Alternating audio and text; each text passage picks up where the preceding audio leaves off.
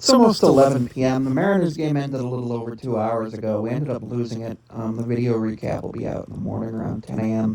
It's on my Patreon now, but I am kind of laying here. I want to go to sleep, but I'm feeling wired, if that makes sense. I don't know if that makes sense. I don't know why. Yesterday I had my MRI. There's a lot of anxiety surrounding that, but I took medication for it prescribed by my doctor, which was totally fine and everything. And I went and did my MRI and all that, and hung out with the MRI. Came home. Actually ordered Wendy's on the way home. I had a classic chicken sandwich and a couple of ginger bacon cheeseburgers and a soda because I was really hungry, and I was like, you know what? I had a rough day. This is okay. I can do that. Because, you can't just be saying, hey, I had a rough day, but I still can't do anything to make myself feel better about it. And yeah, eating to deal with things like that isn't necessarily the best idea, but I also had stopped eating about 4 hours before the actual MRI. And with that, that meant that I was like really, really hungry and really, really stressed out when the MRI was over. So that was a whole thing. Um, Filmed a couple of videos, I think about 5 regular videos and like 20 shorts, which was nice. I got some videos coming up over the next few days. Tomorrow, I think I'm going to just sit down and do some really nice videos. I'm considering actually going to a Bison's game on Thursday, a single admission split doubleheader where there's two 7 inning games starting at 6 o'clock. So the first game probably 7 innings with the pitch clock I'd estimate would end around 6:05 first pitch, 7:05 8, estimate 8:05. Estimate a 30-minute break in between, and so like a 8:40 first pitch and a 10:40 end, which would be pretty good. I'll be able to get home by around 11 midnight, or get home by about midnight, which would be nice for me. Be able to have some fun going out. I'm spending the whole day out on Thursday. I'm planning on doing a whole bunch of really cool stuff for the clubs I'm in at school. Also prepping a few things, taking care of a few things for myself. It's one of those days where there's a lot going on, and I got to take care of a few different things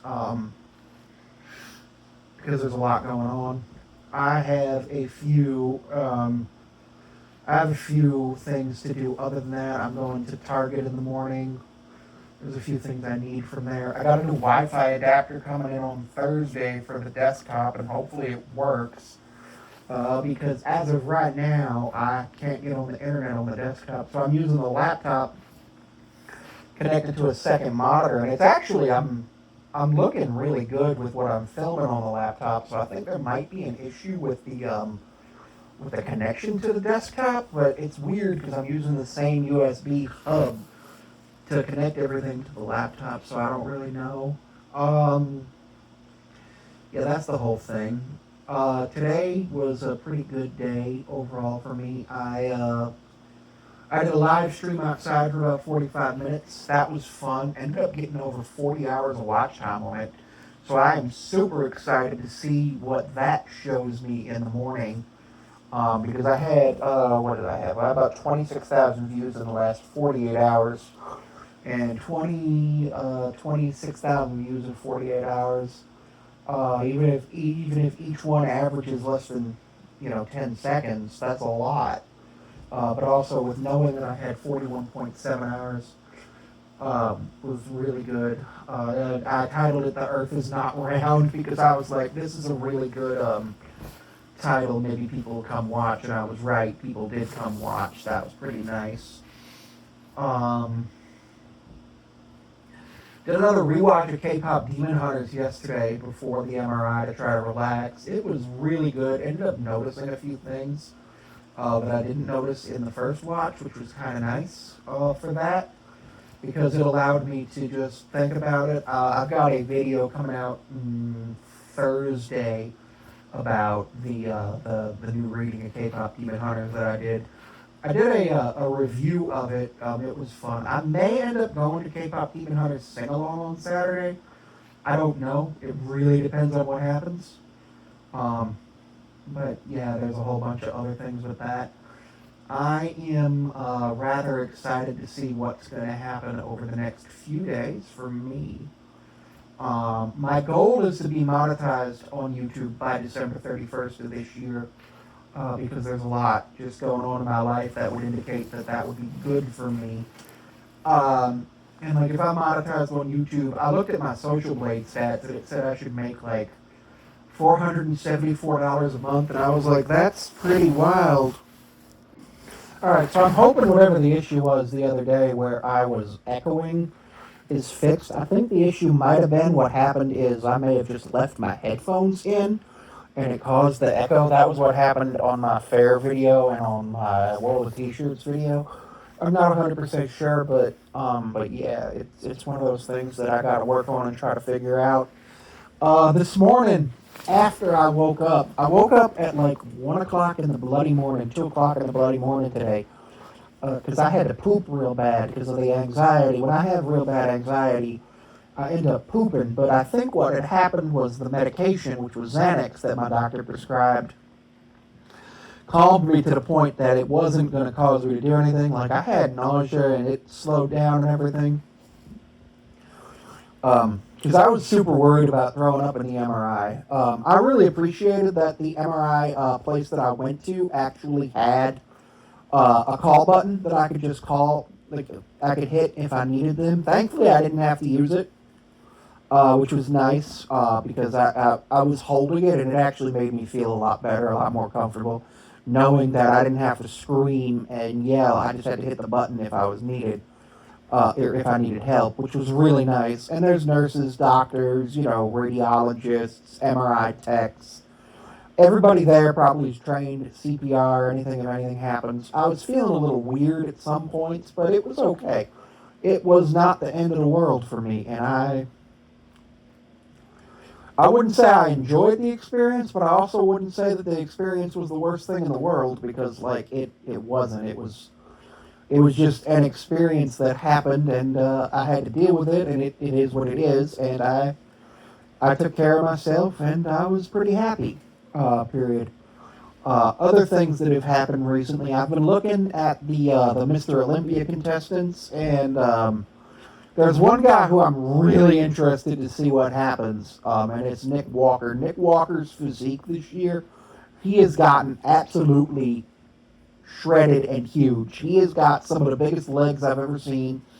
Huge arms, huge chest, but he's only 5'7", and it looks like he has way more muscle than a frame of his size should support. But he also looks like he's actually supporting the muscle really well. Now, I don't 100% fully understand how bodybuilding is judged. What I can tell you is that I think he looks really good. Now, his upper body, I think, looks a lot better than his lower body. And that's specifically because he has some really bad varicose veins. And I hope he gets some medical attention for those varicose veins, because I know that a lot of times, yeah, they're just a cosmetic issue, but at points they can actually be a medical issue. So you go, you check it out. Doctor's like, well, if it's not causing you pain, we'll monitor it. But if it is causing you pain, there's stuff you might have to do. Like, I know my dad had some pretty severe varicose veins a few years ago, and they actually had to go in with like a catheter and burn stuff off. It was a whole thing. And my grandma had varicose veins for a little while too, and that actually ended up leading into chronic venous insufficiency, and then she had some really severe lower leg edema. And with that, what ended up happening is she ended up having a lot of edema in her legs throughout her life. And she passed away relatively young, about 10 years younger than when her mother had passed away. And the average female in her family had passed away at about the same age, plus or minus 2 years from her mother. And unfortunately, obesity does seem to run in my family right now. My mom's obese, I'm obese, my dad's obese, and my brother's obese. I'm working on it. I'm down to about 310 right now, and I'm really, really, really proud of myself for that. Obviously, I got to work more on the exercise and work more on the calories. I'm trying to lose just a pound a week, maybe 2 pounds in some weeks, but try to do it healthy. I know they say at my weight it's healthy enough at my weight because I have supermorbid obesity to lose 1% of my body weight per week. So technically, I could lose up to 3 pounds a week, but I really don't know how comfortable I'd feel being in a 1,500 calorie per day deficit. Whereas if I'm in 500 to 1,000 or even 750 per day, I feel pretty good. Sometimes I go more because obviously, like, it happens. There's been days when I felt real nauseous and couldn't eat much, and then there's been days where I've ate more, and it's just like a thing that happens. But I'm working on it, and I'm doing pretty well, and I'm getting more activity lately.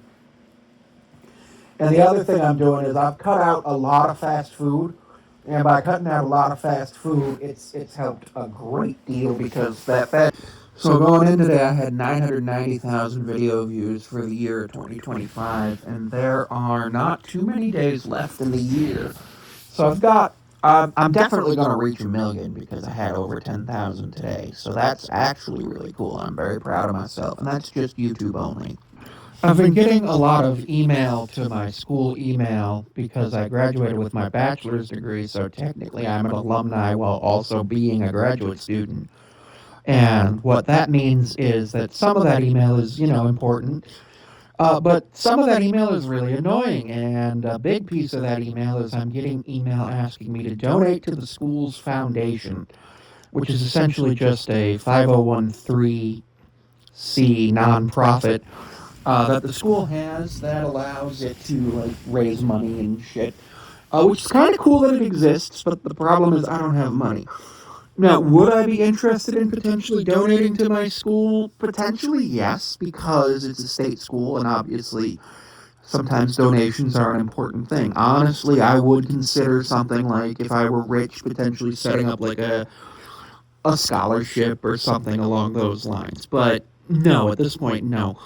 But what I actually recently found out was that there's another 5013C, which is the Undergraduate Student Association at the school, that also takes donations that can go towards specific clubs. And it's not tax deductible, but it's really interesting that that's the case. Because there were a couple of clubs that I was in that I definitely would be totally willing to donate money to if I had money, because I totally believe in their mission, and that's the cosplay club, the gaming club, and the anime club. They run a convention every year, and I think them having like access to funds and shit like that would be very, very important. And with all of that, there's a lot going on that I could see that would be really cool. And like, if I were rich, I would donate money to them and see what they could do with it. But obviously, I'm not. But I find it very, very interesting that that's possible. I am currently looking for employment, but I don't know how that's going to work. So what I plan on doing is renting a vehicle through Avis and doing Uber, which is a thing that Uber allows. I've done this in the past, but it's not been something that worked out as well as I wanted it to because I was kind of dumb about it. But what I find interesting is that it is possible, and I'm considering just seeing how much money I make. Um, on that. And my plan actually with it is obviously to make enough money to cover a car rental every month, every week, and go on with that because you can do it for 56 consecutive days and everything. And what it does is pretty cool. What I've seen though is that I could make a decent amount of money with it, and with that money, I could do a few cool things. My one plan is by doing that is every week on Sunday, checking and seeing how much money I've made for the week and taking 10% of it and just sending it off to the IRS. Obviously, just also because to make sure I pay my taxes, because Uber as an independent contractor, your taxes are not paid by withholding. But what it would do is it would allow me to get a relatively large refund at the end of the year because it's very unlikely that I will make more than the standard deduction this year because there's 134 days left in the year. So let's say 14 days from now, so 120 days left in the year, and I make $100 a day. 100 times 100 is 10,000, and then another 2,000 from those last 20 days would be $12,000. And 10% of that would be $1,200, and it would help me get a refund. But obviously, I'd hope to get more. And I'd work on that, and I'd try to figure out what I can do. There's a few things that would be pretty cool. Obviously, if I find employment, my plan would be to ensure that I have extra taxes withheld, because my financial aid refund just came, or is coming over the next couple of days. It should be deposited into my account on Thursday morning. And with that, a few cool things are going to happen. It'll allow me to pay some bills, make sure everything's good. But having some income would really help, and getting a large tax refund as well as a large refund from the next semester's financial aid would be really, really cool, because it would allow me to do some really cool things for myself, and I would see how that would happen. And I just was thinking about that, and I thought that was really cool. I've also got my Cash App flashing on the screen, because if anybody wants to support me on here, on Patreon, on Cash App, or anything, what I've decided is any money that I make from content creation, I will also go ahead and send to the IRS to help get a tax refund, because I think that will allow me to do some pretty cool stuff. As the more I have, and yes, it's an interest-free loan to the government, but at that point, it allows me to just keep it where I want it, because I have a decent amount of expenses coming up in the spring semester, including a $1,000 hotel bill during the convention that the club runs, because I will be an attendee and potentially also involved in some staff stuff and helping out with events. I also plan on running a couple of panels, because that would be really, really cool for me to do. I also plan on running a couple of panels at another con in Niagara Falls in November, and I actually plan on staying at that hotel for 3 days, Friday, Saturday, Sunday. So obviously, I need to work on getting the money through either employment or Uber or donations or things like that, which would be really, really cool. But obviously, I would rather send donations and stuff to the IRS so that I get a large tax refund. I'm actually about to go use the IRS tax calculator for a minute. So currently, the standard deduction for a single filer, which would be what I am, is $15,000, meaning if I were to make $15,000 between now and the end of the year, I would receive 100% of my non-FICA and non-Social Security tax return back, 100% of the money back in a return, and then it's 10% of 11,100 or 11,925. So obviously, 10% is $1 per hundred, or $10 per hundred. No, 10. Yes, 10% of 100 is 10. $100 per thousand, and $1,000 per 11,000. So it would be about $1,092.50 in taxes. So if I made somehow between now and the end of the year a total of $27,000, I would lose about $1,000, but get a large refund based on the standard deduction if I went and did the Uber and got donations and made sure that they went in there. Right now, there's about $2 in my Patreon account that I can pull out. I'd like to thank my 2 Patreon subscribers. I absolutely appreciate them. I do believe that that is something that is very, very cool. I think they are really cool people, and I think it's very, very awesome. I will also be using any OnlyFans money that I get and doing the same thing with that. I post on OnlyFans 2 times a week. I need to work better on marketing that. I also need to do a few things with some cool stuff that helps market it. There's some stuff I gotta do. That's $6.99 a month, and I get $5.59 of that. So of that $5.59, what I will do is I will keep the 59 cents from each person, and then I will put the $5 towards that. As of right now, I have $5.59, and I'm waiting for more people to actually like subscribe and stuff like that, or leave tips. 100% of tips will go towards that, so that way I can be like, hey, IRS, can I have a large refund? And I think that would be really cool. Yeah, like I was talking about a little bit ago with the whole, the school allows you to donate to the Undergraduate Student Association, and it allows you to like have money sent to those clubs. If I were a very, very rich person, I would probably go ahead and make a recurring donation to them, in a way that allowed me to do some things. I need to actually, because they take checks for that, what I need to do is go ahead and take a check and go ahead and get checks for my checking account, because like sometimes just sending a check works easier. Um, but not necessarily for that. But if I ever became rich, I would probably send a monthly recurring donation, which would be a whole thing for them, which would be pretty cool, to go ahead and do, because it would allow a lot of cool stuff to happen for the clubs. And I think that those clubs were really good to me when I was an undergraduate, and even as a grad student, I'm still a very important member of those clubs, because like I go to pretty much every meeting. I make I've talked about some of the ideas of some of the things that we've had.